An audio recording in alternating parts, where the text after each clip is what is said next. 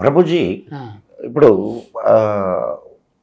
ఆయన ఒక సాధారణమైనటువంటి కుటుంబంలో, మధ్యతరగతి కుటుంబంలో జన్మించినటువంటి వాడు.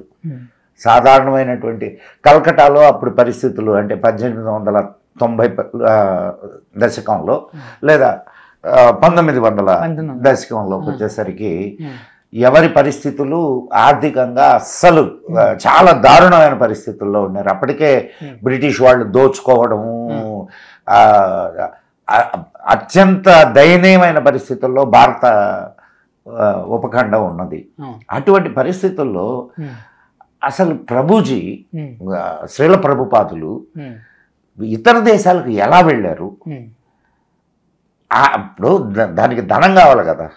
ఇప్పుడు వివేకానందులు వెళ్ళడానికి మహారాజులు ఎవరో సహాయం చేశారు. ఈయన మరి ఎట్లా వెళ్ళగలిగాడు? వెళ్ళి ఇంత అసలు ఒక సామ్రాజ్యం అనడం కంటే ఇప్పుడు ప్రపంచాన్ని ఇంతగా ఎట్లా చేయగలిగాడు? ఆయన పడ్డటువంటి కష్టాలు ఏమిటి, ఆయన ఎదుర్కొన్నటువంటి ఇవేమిటి కొంచెం వివరించండి. ఎందుకంటే ఒక మహాకార్యం ఎప్పుడు ఉత్తినే మొదలు కాదండి, దాని వెనుక చాలా త్యాగం ఉంటుంది, చాలా నష్టాలని భరించాల్సిన పరిస్థితి ఉంటుంది. అటువంటిది మన వాళ్ళకు తెలిస్తే కొంతలో కొంత వాళ్ళలో మార్పు రావడానికి అవకాశం ఉంటుంది. సో ప్రభుపాదుల వారు తన గురువుల యొక్క, తన యొక్క పరమ గురువుల యొక్క ఇన్స్పిరేషన్తో చాలా గాఢంగా ఇంప్రెషన్ వచ్చిందన్నమాట. నేను పాశ్చాత్య దేశాలలో ఇది ప్రచారం చేయాలి అని చెప్పి, కానీ వెంటనే ఆయన చేయలేకపోయారు. ఎందుకంటే ఆయన ఆల్రెడీ అప్పుడు గృహస్థుడు. సో గృహస్థ ధర్మాలని నిర్వర్తించాడు. చేసిన తర్వాత 50 దాటిన తర్వాత వానప్రస్థానం తీసుకున్నారు. ఇక్కడ భారతావనిలో ప్రచారం చేయడానికి ప్రయత్నాలు ప్రారంభించారు. ఝాన్సీలో ఒక సెంటర్ కూడా ఓపెన్ చేశారు. లీగ్ ఆఫ్ డివోటీస్ అనేసి ఒక సెంటర్ ఓపెన్ చేశారు. ఒక 2 ఏళ్ల పాటు అక్కడ బాగా ప్రాచుర్యం చేయడానికి ప్రయత్నించారు.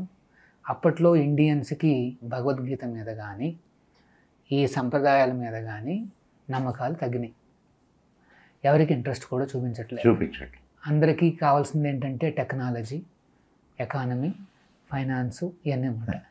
ఎవరు దీని మీద ఫోకస్ పెట్టట్లేదు. ఎందుకు 2000 వరకు కూడా నేను హిందువునే అని చెప్పుకోవడానికి సిగ్గుపడేటటువంటి వాళ్ళు చాలామంది. సో ప్రభుపాదుల వారు ఇంకా తన గురువు గారు చెప్పిన ఆ వాక్యం ఉంది, దాని మీద ఫోకస్ చేయడం మొదలుపెట్టారు. ఏమని? పాశ్చాత్య దేశాలకు వెళ్ళి ప్రచారం చేయి అని చెప్పారు.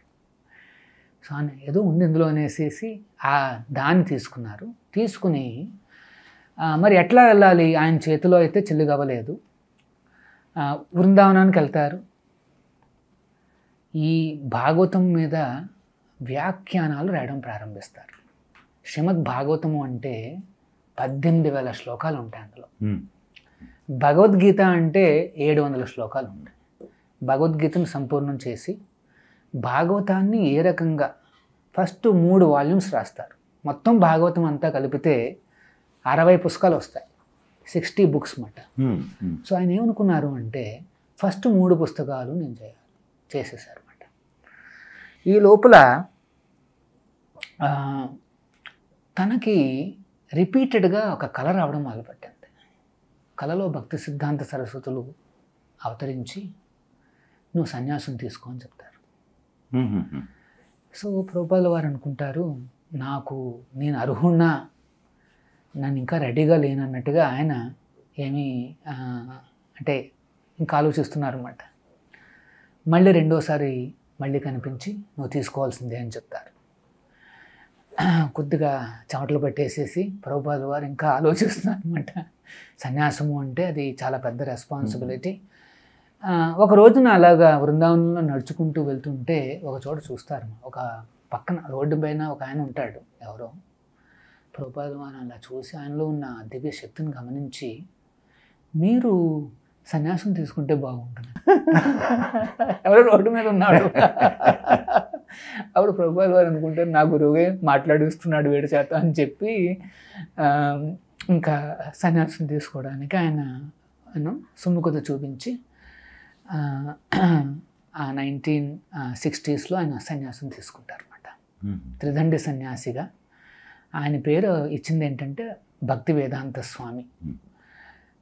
సో అభయ చరణారవింద భక్తి వేదాంత స్వామి శ్రీల ప్రభుపాద, ఇది పూర్తినామం అన్నమాట. అంతకు ముందు పేరు గురువు గారు ఇచ్చిన పేరు ఏంటి? అభయ చరణ్ అనేది తండ్రి ఇచ్చిన పేరు. అచ్చా. అభయ చరణం, అభయ్ చరణ్ అంటే అభయ్ అంటే భయం లేని ఆ చరణాలు, భగవంతుడు చరణాల దగ్గర ఉండేవాడు అనేసి అభయ చరణ్ అని పేరు పెడితే, తన గురువు గారు ఇచ్చిన పేరు ఏంటంటే అభయ చరణారవింద. చరణారవింద. అచ్చా. ఓకే. చరణ్ కాస్త చరణారవిందుడు అయ్యాడు. చరణారవింద అని పేరు పెడితే భక్తి వేదాంత స్వామి సన్యాసం తీసుకున్న తర్వాత, భక్తి వేదాంత అనేది వైష్ణవ సొసైటీ ఇచ్చిన నామం అన్నమాట. ఆ స్వామి అంటే అది ఆయన సన్యాసం తర్వాత వచ్చింది. సో ఏసి భక్తి వేదాంత స్వామి. ఆయన భక్తులు ప్రేమగా పిలిచే పేరు ఏంటంటే Srila Prabhupada. Srila Prabhupada. So his divine grace అష్టోత్తర శతశ్రీ శ్రీమద్ అభయ చరణారవింద భక్తి వేదాంత స్వామి శ్రీల ప్రభుపాద.